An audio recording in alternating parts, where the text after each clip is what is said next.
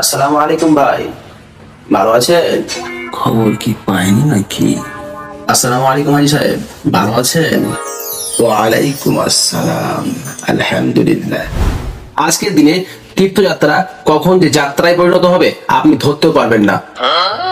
হজের মরশুম চলছে, বহু ভাগ্যবান ব্যক্তি এবছরে হজ পালন করতে যাচ্ছেন।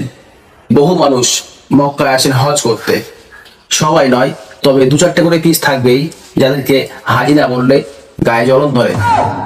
হজ করার পর মানুষ পাপ মুক্ত হয়ে মাসুম হয়ে যায়। এই সমস্ত ভদ্রলোকগুলো হজে গিয়ে সেখান থেকে নিয়ে আসে এক বুক ভরা অহংকার।